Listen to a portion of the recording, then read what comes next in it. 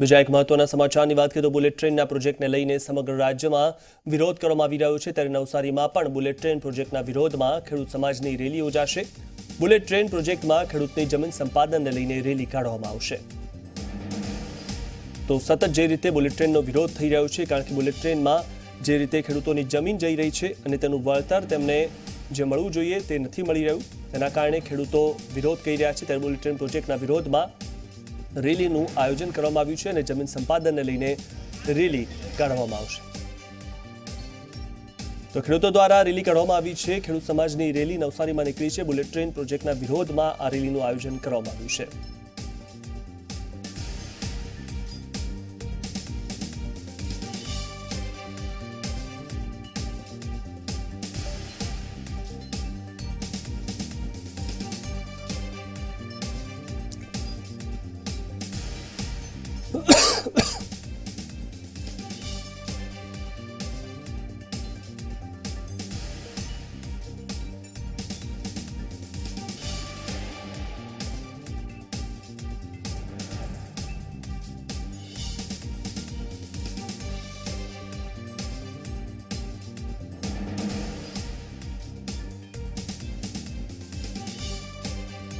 વધુ માહિતી મેળવી અમારા સંવાદદાતા ચેતન પાસેથી। ચેતન, જે રીતે ખેડૂતોએ આ રેલી કાઢી છે અને બુલેટ ટ્રેનના વિરોધમાં તેમની કઈ કઈ પ્રકારની માંગણી છે?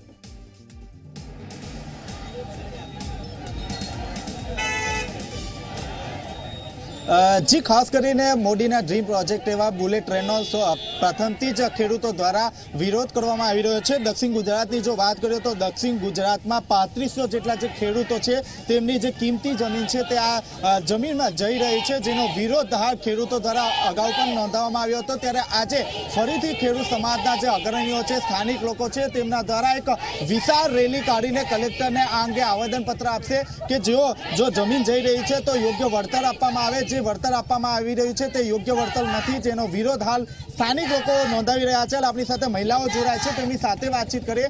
જી, આપ વિરોધ નોંધાવી રહ્યા છો, શું કારણ? અમારી જમીન જે સંપાદિત જમીન છે તેમાંથી અમારું ગુજરાન ચાલે છે। હવે આ સરકાર જો અમારી જમીન લઈ લેશે તો અમે બધા ખાઈશું શામાંથી, છોકરાઓ શામાંથી ભણાવીશું?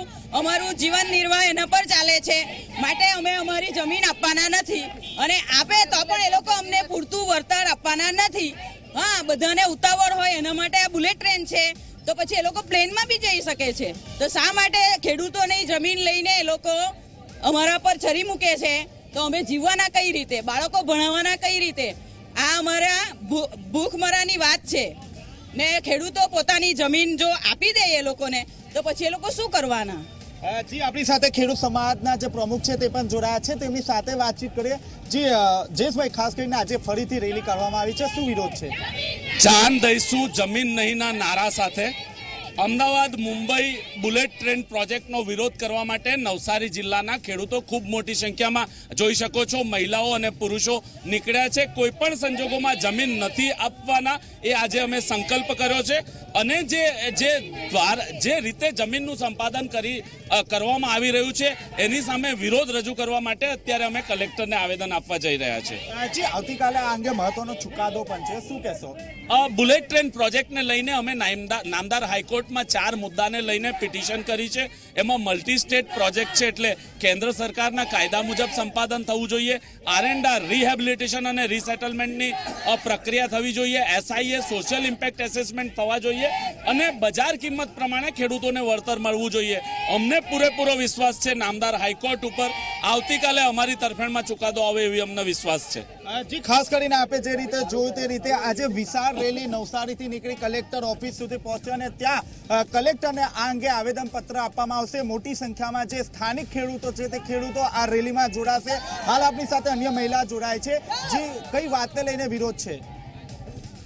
અત્યારની જે સરકાર છે એ બુલેટ ટ્રેનના નામે મોટા મોટા પ્રોજેક્ટો લાવી ને ખરેખર તો ખેડૂતોની જમીન હડપ કરવાનું આ ત્રાગડું છે।